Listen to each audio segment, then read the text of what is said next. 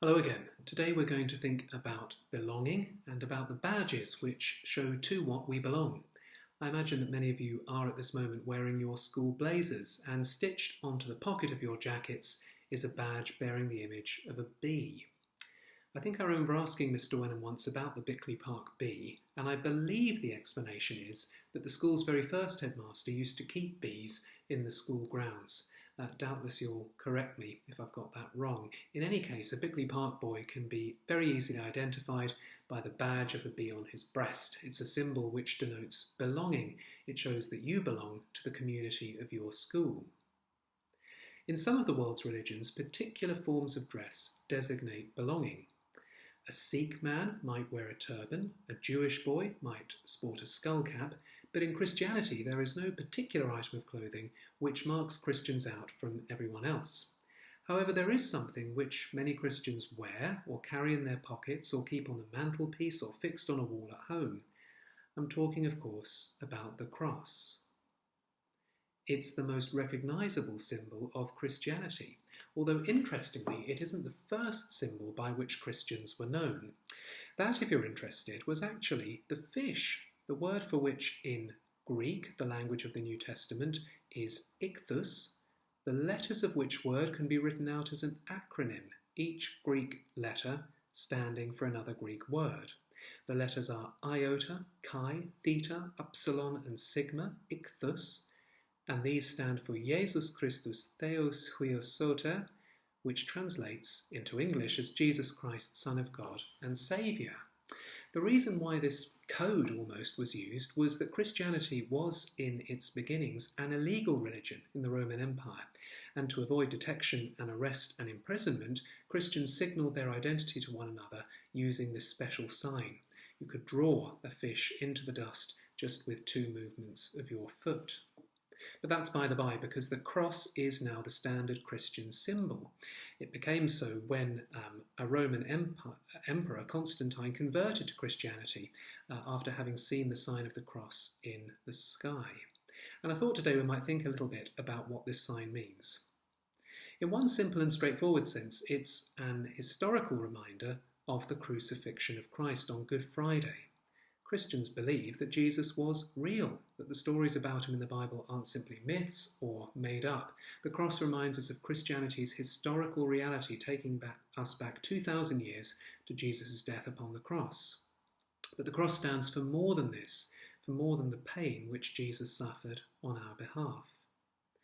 The first thing to notice is that a cross looks rather like another familiar symbol, a sign more familiar from maths lessons. It looks like the sign for adding up.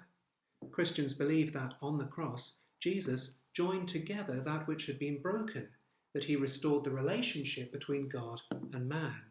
He made it possible once more for people to go to heaven. So if you like, the cross is a bridge as much as a plus. But the cross is certainly a sign of addition, of adding men and women into the family of God. The arms of a cross point in all four directions, north and south, east and west. The cross is therefore also a sign of the universal, of something which applies in all situations and at all times. Christianity may be an historical religion, but it isn't confined to the past. The message is relevant today and tomorrow, and it's meaningful not just for those who first knew Jesus or those who are Christians in this country, but for Christians throughout the ages and around the world. There are 2.4 billion Christians alive today in pretty much every single country. The church is the largest institution, the largest family, in fact, in the world. So the cross is a sign of something universal. But the arms of the cross are also a sign of something further too. In his crucifixion, Jesus opened his arms, a gesture which we instinctively recognise. It's a gesture of welcome, a gesture of warmth, a gesture of hospitality. We open our arms to greet a friend or to show our love for a loved one. The cross, an instrument of pain and torture, can seem to be about all that's wrong with human life, about cruelty, about misunderstanding, about hatred.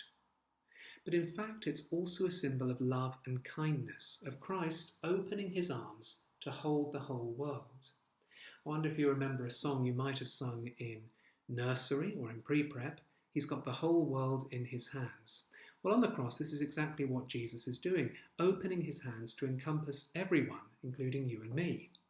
Remember how we said that the cross shows that the Christian faith and the Christian church are universal because the cross extends to north and south, east and west. Jesus is spreading his hands wide enough to encompass everything, to make better the pain felt by all the world. Jesus once used the image of a mother hen gathering her chicks under her wings. On the cross, we can think of him doing exactly the same thing. As I said, we find crosses in many different places. Some Christians wear a cross as an item of jewellery, or they display a cross somewhere prominent in their homes. Churches, of course, are often full of crosses, including atop their spires, hundreds of feet into the air. The cross appears at different times in the life of a Christian. It's traced onto the forehead of a baby in baptism, it's drawn with ashes each year on Ash Wednesday, and at the end of one's life, a cross is placed in stone above a grave plot. It's a sign of hope at a time of loss.